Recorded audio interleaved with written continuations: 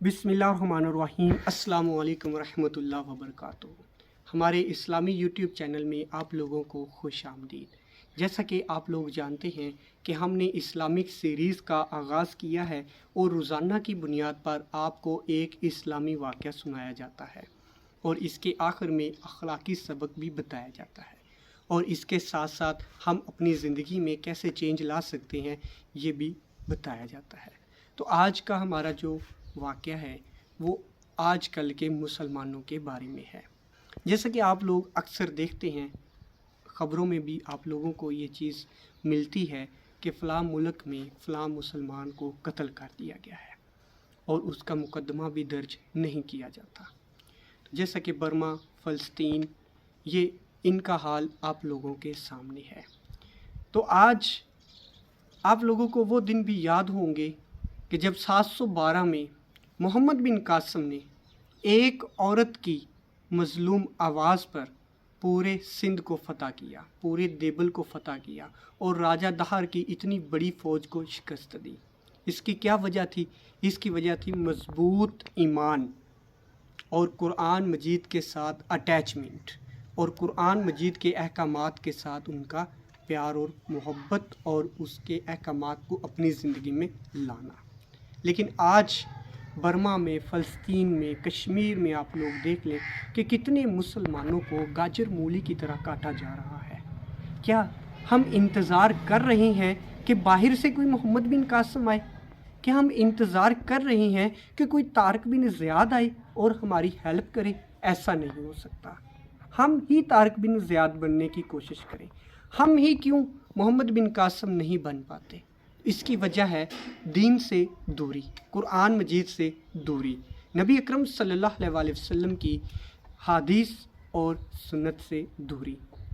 तो जैसा कि एक छोटा सा वाक़या मैं आप लोगों को सुनाते चलता हूँ कि आज के मुसलमानों का हाल उस बुढ़िया औरत की तरह है जिसका बेटा बाहर के मुल्क में पैसा कमाने के लिए जाता है और वो बुढ़िया औरत बिल्कुल ज़ईफ़ है और बिल्कुल अनपढ़ है और उनको पढ़ना लिखना नहीं आता।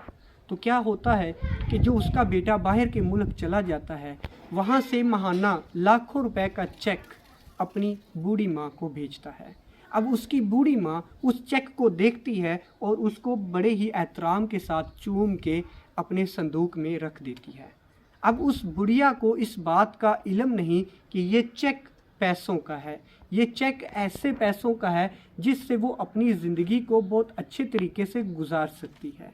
महीनों सालों गुजर जाते हैं, वो चेक हर माह की 1 तारीख को उसको मिलता है और वो उसी तरह मुकद्दस चूम कर उसको संदूक में रख देती है।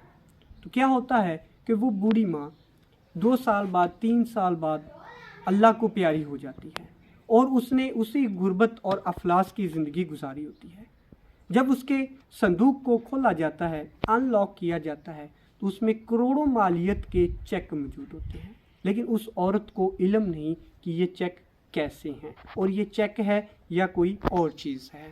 तो इसी तरह बिल्कुल अल्लाह ताला ने भी मुसलमानों में एक ऐसा चेक भेजा है।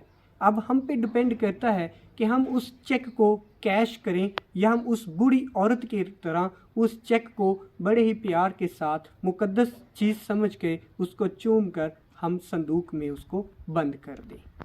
बिल्कुल इसी तरह अब आप सोच रहे हैं कि मैं कौन सी बात कर रहा हूँ। मैं बात कर रहा हूँ अल्लाह ताला की आखिरी किताब कुरान मजीद के बारे में। तो कुरान मजीद अल्लाह ताला की आखिरी किताब है जो हज़रत मोहम्मद सल्लल्लाहु अलैहि वसल्लम पर नाज़िल हुई। इस कुरान मजीद में हमारी ज़िंदगी के तमाम तर मुश्किलात को दूर करने के हल मौजूद हैं। जैसा कि वो ज़िंदगी मुआशरती है, सियासी है, समाजी है या कि मुआशी है, तमाम के तमाम मसाइल का हल उस कुरान मजीद में मौजूद है। और इसी तरह हम अपनी ज़िंदगी कैसे गुजार सकते हैं, मुसलमानों और गैर मुसलमानों के साथ हम किस तरह से रवैया अख्तियार कर सकते हैं, हम कैसे अपना कारोबार कर सकते हैं, हम कैसे अपने बच्चों की तरबियत कर सकते हैं, हम कैसे अपने हमसायों का, अपने घर वालों का, अपने असातिज़ा का, अपने वालिदैन का, सब का कैसे हकूक़ और फ़राइज़ पूरे कर सकते हैं, ये सब कुछ मौजूद है।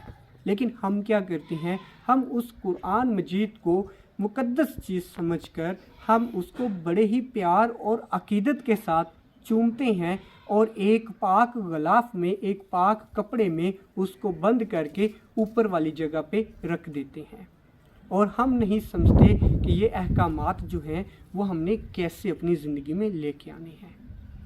لیکن ہوتا کیا ہے کہ جب رمضان شریف آتا ہے تو ہم کیا کرتے ہیں، ہم اس غلاف کو صاف کرتے ہیں اور قرآن مجید کو نکالتے ہیں اور مقدس سمجھ کے ہم اس کو چوم لیتے ہیں اور اس کے بعد پڑھنا شروع کر دیتے ہیں، الف لام میم۔ لیکن ہمیں نہیں پتہ اس میں کیا بات ہو رہی ہے۔ ہمارے مائنڈ میں، ہمارے دل میں یہ بات ہے کہ ہمیں 10 نیکیاں مل رہی ہیں، 10 گناہ معاف ہو رہے ہیں۔ تو اسی وجہ سے آج مسلمان اس طرح سے ذلیل و خوار ہو رہے ہیں۔ میری آپ لوگوں سے ایک درخواست ہے، ایک ریکویسٹ ہے، ایک ہمبل ریکویسٹ ہے آپ لوگوں سے کہ قرآن مجید کو پڑھیں تو سمجھ کر پڑھیں۔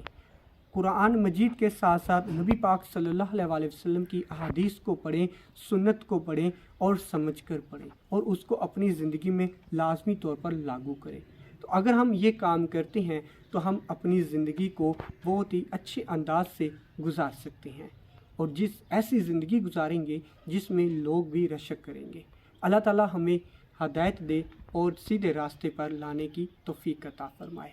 تو انشاءاللہ اگلی ویڈیو میں آپ لوگوں سے ملاقات ہوگی ایک نئے واقعے کے ساتھ۔